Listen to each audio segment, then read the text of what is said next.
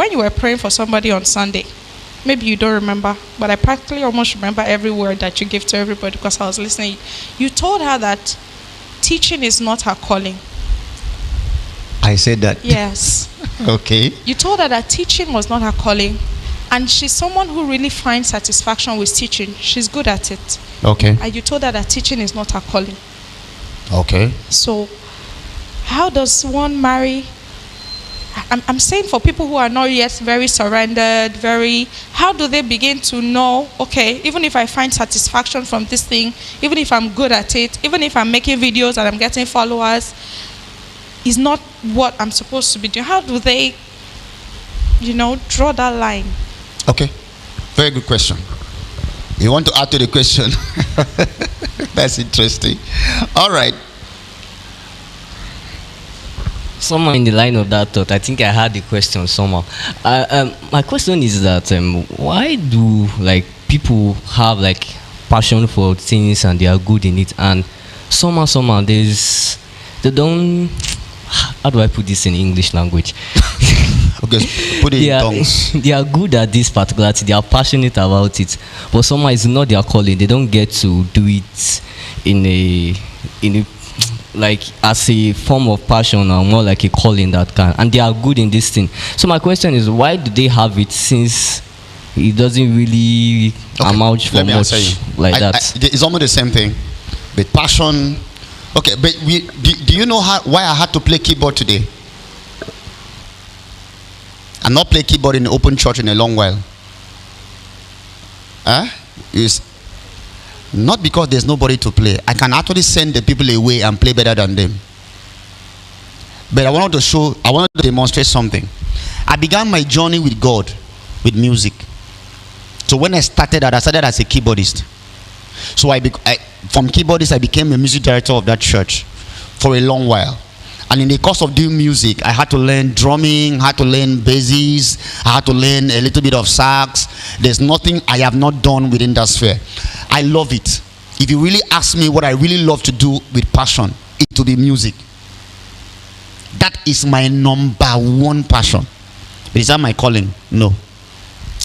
Let me give another story.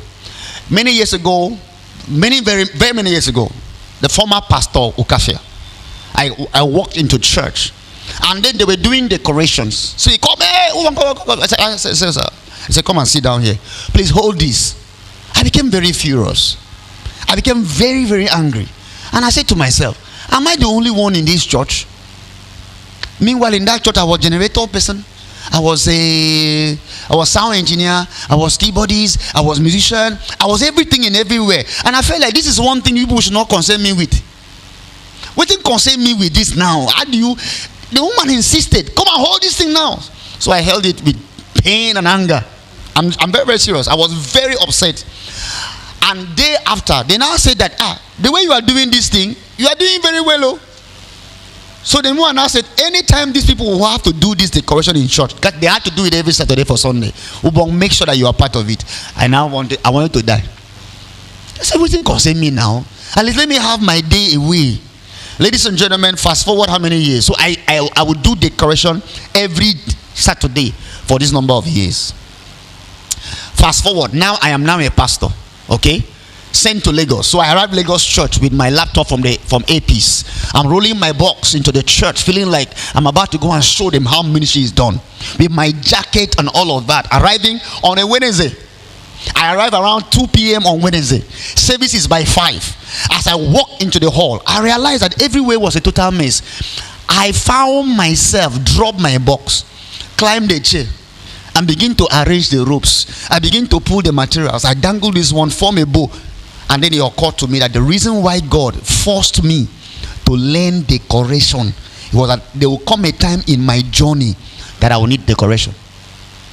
So I rearranged the place, and it was so beautiful. So the people came and said, is this our church? See our church. Everybody became excited. And then it occurred to me that God practically had to force me to learn something I did not like because I would need it in my journey. This is where I'm going. You will have a passion, you will have a desire for something that you love. That is you. It's different from what God is saying. But everything that you know, you will need in your journey.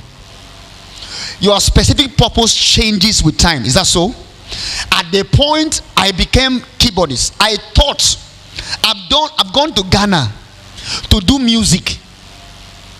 Are you following me? So I really thought in my mind I'm going to become a musician. I was going to become, by now I would have been like Eben, would have been like Snatch.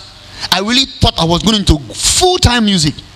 But at some point in my life, God told me that this is not where I'm taking you to. But I love music.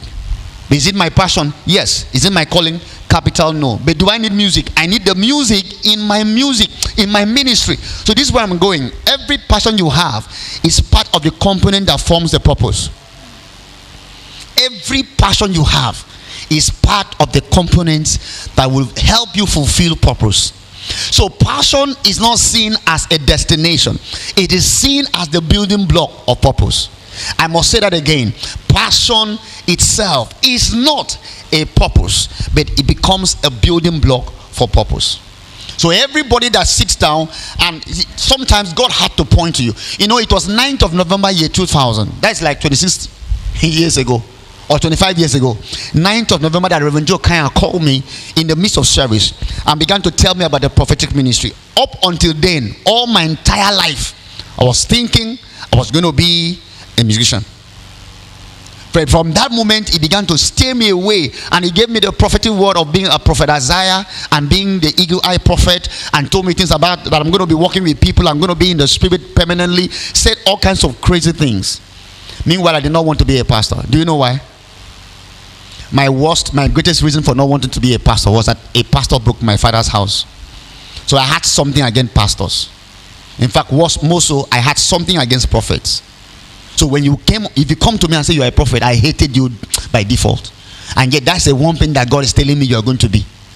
Do you think I will like it? I will never like it. I will never like it. So this is where I'm going. We need to do an inventory.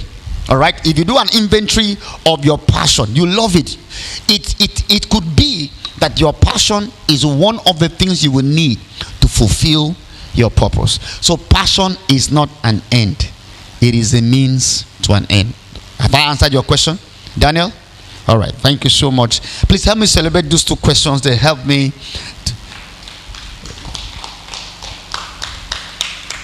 So the truth is that you can love teaching, but teaching might not be it. Did you hear what I said? You can love teaching, but teaching might not be it.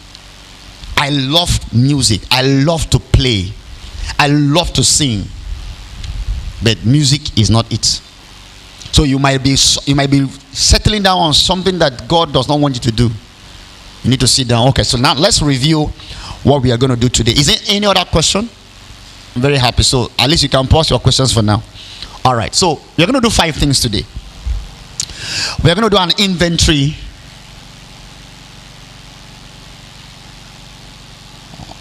of you. Your inventory is number 1 to number 8 of what we discussed yesterday. So if you're not yesterday, you should be in a table where somebody was here yesterday. Can I ask everybody here, please come this way? Because I think he was yesterday. He has number 1 to number 8. All right, so that I don't have to repeat myself all over again. All right, so we're going to do that. We're going to do an inventory of you. And number 2, we're going to have your gift. We're going to do a gift test. Okay, after we do the gift test, we review your matrix. You write your purpose statement.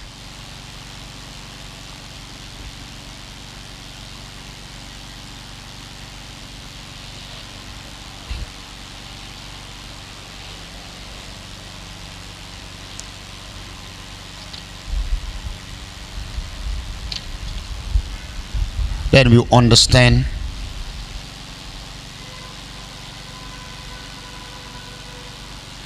your calling. All right, so we're going to look at these 6 things. Today is going to be the last session. So whatever we don't teach today will come